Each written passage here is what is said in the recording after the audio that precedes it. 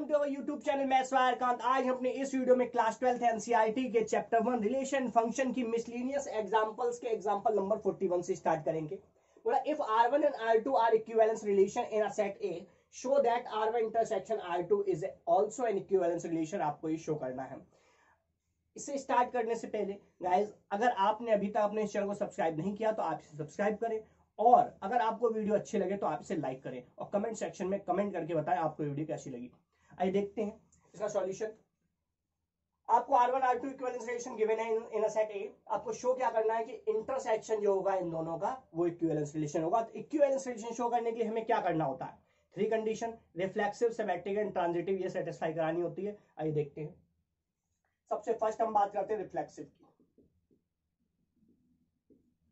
Reflexive में हम element, since R1 R2 क्या है, इक्विवेलेंस रिलेशन है, तो ये क्या होगा, ये रिफ्लेक्सिव होगा। Since R1 and R2 equivalence relation है, सो ये क्या होंगे, R1 and R2 are reflexive, ये रिफ्लेक्सिव होंगे क्योंकि इक्विवेलेंस रिलेशन रिफ्लेक्सिव होंगे। रिफ्लेक्सिव होंगे so therefore A related to A होगा, A रिलेटेड टू A होगा। इसमें मतलब A कॉमा A बिलोंग करेगा आपका R1 में, and A comma A belong कर जाएगा आपका R2 में। For all A in a set A, किसी भी एक एलिमेंट के लिए, A से आपने कोई भी आर्बिट्री एलिमेंट लिया, A कॉमा A बिलोंग करेगा R1 में भी, A कॉमा A बिलोंग करेगा R2 में भी। अब ये दोनों बिलोंग कर रहा है, एंड का मतलब क्या होता है, इंटरसेक्शन। सो दिस इंप्लाइज कि A कॉमा A आपका बिलोंग कर जाएगा किसमें, R1 इंटरसेक्शन R2 में। ये इंटरसेक्शन में आ गया तो इसका मतलब क्या हो गया, A कॉमा A बिलोंग कर जाएगा इसमें, मतलब A related to this R1 intersection R2, ये हो जाएगा for all A in A। So therefore कि R1 intersection R2 is reflexive, ये रिफ्लेक्सिव हो जाएगा। अब हम बात करते हैं सेकेंड सिमेट्रिक की, कि सिमेट्रिक होगा या नहीं। तो देखते हैं। सिंस, अब इसके लिए हमें बात क्या करनी होती है सिमेट्रिक के लिए, कि A कॉमा B हम इसमें लेट कर लेते हैं। So let A comma B belongs to R1 intersection R2। अब हमें शो करना होगा कि B कॉमा A बिलोंग कर जाए इसमें, मतलब A related to B show करेंगे, B रिलेटेड टू A हो जाए। अब देखिएगा, अगर ये ऐसा है so then A comma B belong कर जाएगा R1 में। इंटरसेक्शन के लिए क्या लगता है, एंड, इंटरसेक्शन एंड, ये बिलोंग करेगा इसमें एंड ये बिलोंग करेगा इसमें, तभी दोनों बिलोंग करेगा, तभी तो ये इंटरसेक्शन में आएगा। तो इंटरसेक्शन में तो दोनों बिलोंग करेगा, तो A कॉमा B बिलोंग करेगा आपका R2 में। अब ये R1 में भी है, R2 में भी है। अब R1 आपका क्या है, सिमेट्रिक है, एंड R2 भी आपका सिमेट्रिक, इक्विवेलेंस रिलेशन है तो सिमेट्रिक होंगे, सिमेट्रिक है। सो दिस इंप्लाइज कि B कॉमा A बिलोंग कर जाएगा किसमें, आपका R1 में, एंड R2 भी आपका सिमेट्रिक है, सो B कॉमा A बिलोंग कर जाएगा आपका R2 में भी। Since R1 and R2 are symmetric, ये आपके सिमेट्रिक होंगे। अगर ये इसमें और दोनों बिलोंग कर गया B comma A, so this implies कि B कॉमा A आपका किसमें बिलोंग कर जाएगा, इंटरसेक्शन में।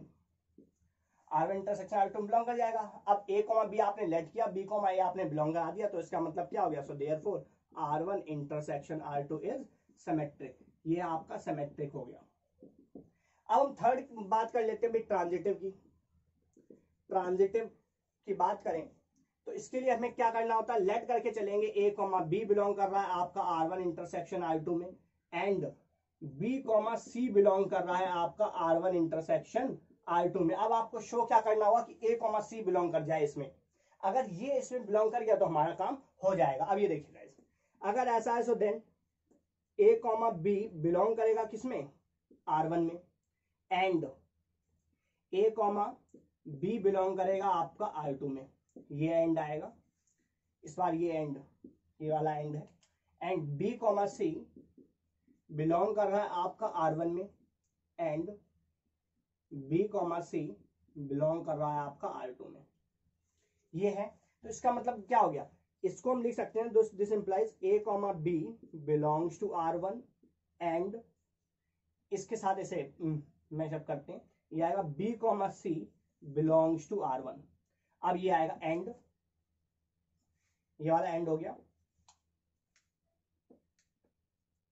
ये एंड, इसके लिए अब ये एंड, ये वाला आपका ये एंड ये आ गया।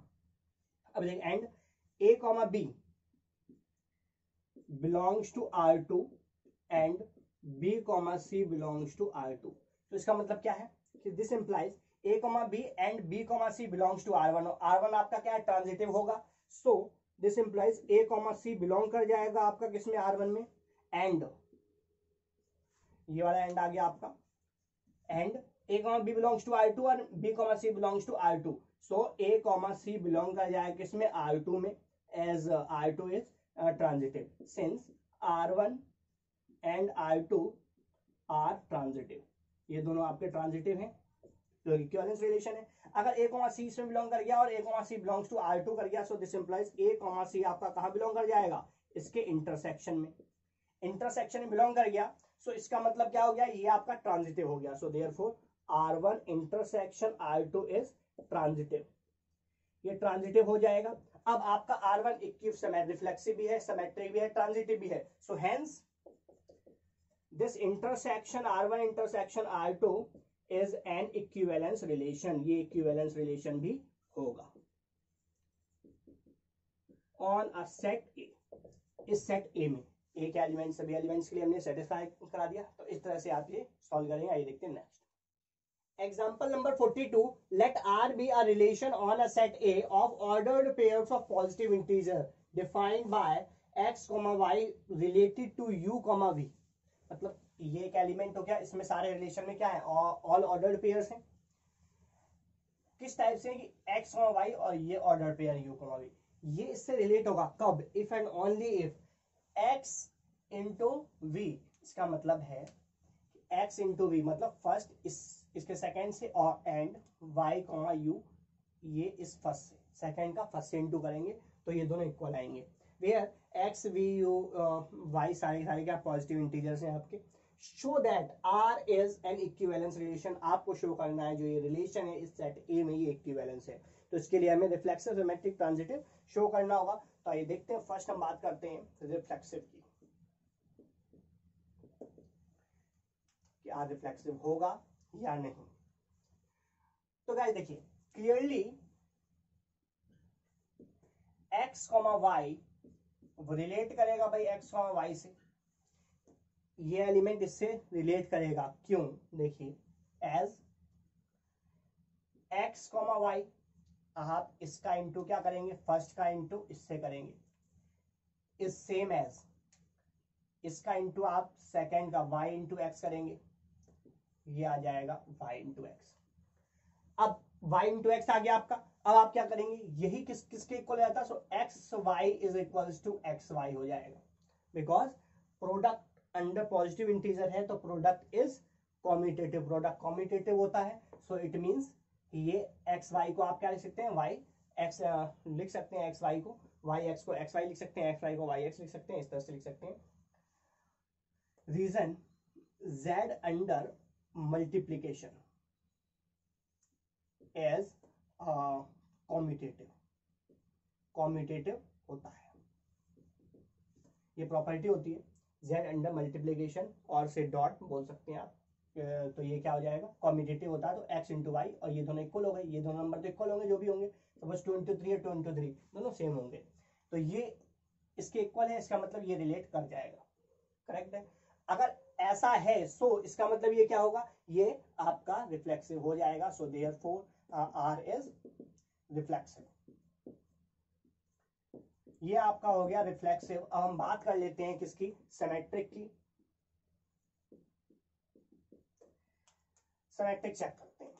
सिमेट्रिक के लिए हम क्या करते हैं कि इसमें हम लेट करके चलते हैं कि x, y रिलेटेड होगा u, v से। अब हमें शो करना होगा कि u, v रिलेट कर जाए x, y से। अगर हमने ऐसा शो कर दिया तो हमारा ये रिलेशन क्या हो जाएगा, सिमेट्रिक हो जाएगा।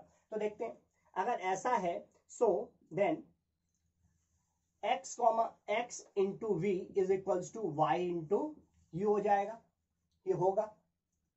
लेकिन हमें शो करना है कि u, हमें क्या शो करना है, हमारा काम है कि x, y की जगह हमें u, v रिलेट कर जाए किससे, x, y से। तो इसका मतलब हमारा काम होगा शो करना कि u, y is equals to v comma x हो जाए। अगर हम ऐसा शो कर पाएंगे तभी हम ऐसे इसे ऐसा लिख सकते हैं। तो ये देखिए हमें इसे ऐसा बनाना होगा।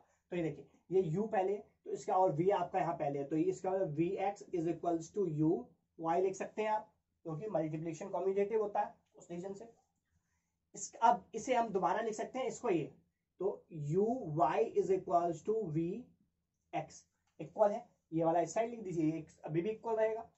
साइड चेंज करने से कोई फर्क नहीं पड़ता, अगर दोनों दो क्वांटिटी अगर इक्वल है तो वो सेम इक्वल आ जाएंगे साइड चेंज करने पर भी। तो अब देखिए ये बिल्कुल सेम एज इट इज हो गया, इसे हम ऐसा लिख सकते हैं। तो ये आ जाएगा आपका u comma v, this gives u comma v related to x comma y, ये इससे रिलेट हो जाएगा। हमने इसमें ये x कॉमा वाई रिलेट करवाया था u कॉमा वी से, अब हमने यहाँ शो कर दिया कि ये आ गया आपका u कॉमा वी रिलेट कर गया x कॉमा वाई से। देखिए फर्स्ट और इसका इंटू ये रहा, सेकेंड और इस फर्स्ट का इंटू ये रहा। ओके बिल्कुल ओके है, तो देयरफॉर आर रिलेशन आपका क्या हो जाएगा, आर इज सिमेट्रिक, ये आपका सिमेट्रिक हो जाएगा। अब इसमें हम बात करते हैं थर्ड ट्रांजिटिव की। ट्रांजिटिव देखते हैं, तो इसमें हमें करना होता है लेट करके चलते हैं भाई, दो एलिमेंट दो X comma Y related to U comma V, and जैसे ए हो गया ये A B, A related to B, B related to C, हमने शो करना होता है ए रिलेटेड टू सी होगा। उसी तरह से अब ये हमारा ए है, ये हमारा बी है, यहाँ पर हमें लेट करना पड़ेगा बी रिलेटेड टू सी। अब यहाँ कुछ भी नंबर ले लीजिए, से ए बी ले लेते हैं, एक्स इनको छोड़कर बाकी कुछ भी डब्ल्यू एक्स वट जो भी आपको लेना, आर्बिट्री नंबर है, ये रिलेट कर रहा है इसमें, ये हमने लेट किया। अब हमें शो क्या करना होगा, अब हमारा काम है शो करना कि ये इससे रिलेट कर जाए। हमारा शो करने का काम क्या है, हमें शो क्या करना है, इसके लिए हमें अब शो करना होगा कि एक्स कॉमा वाई रिलेट कर जाए इससे ए कॉमा बी से, ये हमें शो करना है। और इसके लिए हमें क्या, अगर ऐसा है तो दिस इंप्लाइज हमें क्या शो करना होगा, x b is equals to y a, हमारा काम ये होगा हमें शो करने के लिए। अगर हम ऐसा शो कर पाए तो ये आपका ट्रांजिटिव हो जाएगा। हमें ये लेके आना है, मेन कंडीशन हमारी ये रहेगी, हमें ऐसा बनाना पड़ेगा। तो ऐसे देखते हैं, सिंस ये आपका रिलेट कर रहा है, सो देन अगर ऐसा है तो देन इसका मतलब क्या हुआ, x v is equals to y u, ये हो जाएगा। एंड यहां से आएगा u b is equals to v a, ये आपका आ गया प्रोडक्ट, ये हमने ऐसा लिख दिया। अब हमारा काम क्या है, हमें है ना एक्स के साथ बी लेके आना है। एक्स के साथ आपको क्या चाहिए भाई, बी, तो हमने इंटू कर लिया बी से। अब हमें इसका मतलब वी यहां से हटाना होगा, तो डिवाइड बाय वी कर लेते हैं, वी से हमने हटा दिया।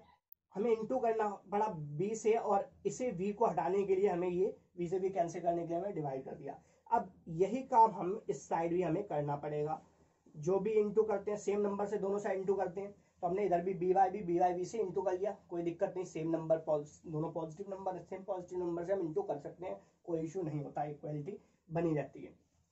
तो इक्वल क्वांटिटी है, दो इक्वल क्वांटिटी अगर हम सेम से इंटू करेंगे तब भी कुछ भी इंटू करें तो आपका क्या होगा, बिल्कुल सेम ही होगा, इक्वल ही होगा। अब ये देखिए, अब हमारे पास ये, मैं इसे लिख सकता हूं, ये देखिए v से तो v कैंसिल आउट हो गया, तो ये आ गया आपका x इंटू बी।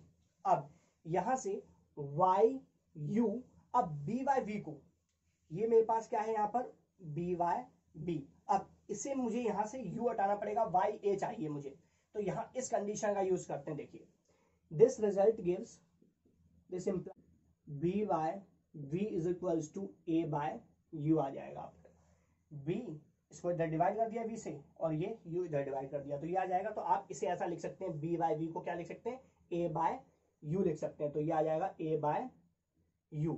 अब आपका ये u से u कैंसिल आउट, ये आ गया आपका x into b is equals to y into, ये आपके पास आ चुका है, हमें यही शो करना था। अगर हम ऐसा हमारे पास आ गया तो हम इसे ऐसा लिख सकते हैं। So this implies x comma Y related to a comma b हो जाएगा। तो ये अगर ऐसा है तो इसका मतलब देखो x into b is equals to y into a, ये आ गया, तो ये इससे रिलेट कर जाएगा। इसका मतलब हमने क्या किया, A, B रिलेट कराया एंड B, C रिलेट कराया, A, C हमने यहाँ रिलेट करा दिया, कुछ इस टाइप से हमने यहाँ शो कर दिया। तो इसका मतलब क्या हो गया, ये रिलेशन आपका क्या हो गया, ट्रांजिटिव हो गया। So this shows that R is transitive, R आपका ट्रांजिटिव हो गया। अगर R रिफ्लेक्सिव है, सिमेट्रिक है, ट्रांजिटिव है, so hence R is an equivalence relation. R is an equivalence relation। ये इक्विवेलेंस रिलेशन हो जाएगा ऑन दिस सेट ए, इस सेट ए के अंडर में।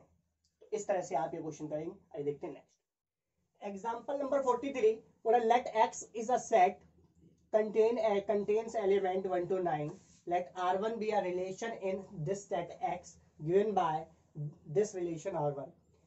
इस R1 में क्या कौन से एलिमेंट्स आ रहे हैं, all those ordered pairs such that whose difference is divisible by 3। तो x minus y 3 से डिवाइड होना चाहिए। and R2 be another relation on this set x given by R2 all those pairs such that x, y ये set होगा, x, y ये subset होगा इस set का, या फिर x, y इस सेट का, या फिर इस सेट का। और लगा हुआ है तो इसका मतलब या तो इसका या फिर इसका या इसका, तीनों में से किसी ना किसी एक का सबसेट होना चाहिए। वही पेयर्स इस रिलेशन R2 में आएंगे। शो करना है हमें ये दोनों R1 R2 रिलेशन जो है इक्वल है। तो यहाँ पर R1 R2 क्या है, ये सेट है। अब आपको दो सेट इक्वल शो करने के लिए क्या हम कैसे शो करते हैं, दो सेट अगर हमें शो करना है कि इक्वल है तो हमें सबसेट की हेल्प लेनी पड़ती है। अगर R1 इक्वल R2 शो करना तो उसका शो करना पड़ेगा first R1 is subset of R2 and R2 is subset of R1। तो आइए देखते हैं इसका सॉल्यूशन। फर्स्ट हमें शो करना R1 सबसेट हो जाए R2 का। सो देखिए for showing R1 is equals to R2 we have to show R1 is subset of R2 and R2 is subset of R1। हमें ये दोनों शो करने पड़ेंगे। अगर हमने ऐसा कर दिया तो हमारे दो सेट दोनों R1 R2 रिलेशन इक्वल हो जाएंगे। फर्स्ट लेते हैं ये हमें शो करना है सबसेट है इसका, तो इसका मतलब इसमें एक एलिमेंट लेना पड़ेगा और इसमें बिलोंग कराना पड़ेगा। तो इसमें हम एक एलिमेंट ले लेते हैं। तो लेट R1 में कैसे x, y हमने इस R1 में ले लिया क्योंकि इसके अंदर ऑर्डर पेयर्स आएंगे, x और y इसके अंदर बिलोंग कर रहा है। तो इसका मतलब क्या होगा, so then this implies x minus y is divisible by 3। तो इसका मतलब जो भी ये x माइनस y होगा वो 3 से डिवाइड होगा। इसमें वो सारे एलिमेंट्स हैं किसके, इस सेट के, x और y ये तो एलिमेंट है। इसमें से हमने वो सारे एलिमेंट लिए जिसका डिफरेंस करें और वो 3 से डिवाइड हो जाए। जैसे 1,4 इनका डिफरेंस आ जाएगा क्या, ये 1,7 इस टाइप से, 1,4 इस टाइप से, जितने भी एलिमेंट हमने लिए ये सारे इनका डिफरेंस 3 से डिवाइड होगा। या फिर अदर एलिमेंट्स लेंगे तो इसमें आएंगे। सो इसका मतलब है जो दिस इंप्लाइज ये अगर 3 से डिवाइड हो रहा है तो इसका मतलब क्या, हमें ये बिलोंग कराना है किसमें, R2 में। अब R2 बिलोंग कराने के लिए क्या होना चाहिए कि x, y वो दो एलिमेंट्स हम इस सेट के अंदर ले रहे हैं जो सबसेट होगा या तो इस सेट का 147 और या फिर इसका 258 और या फिर इसका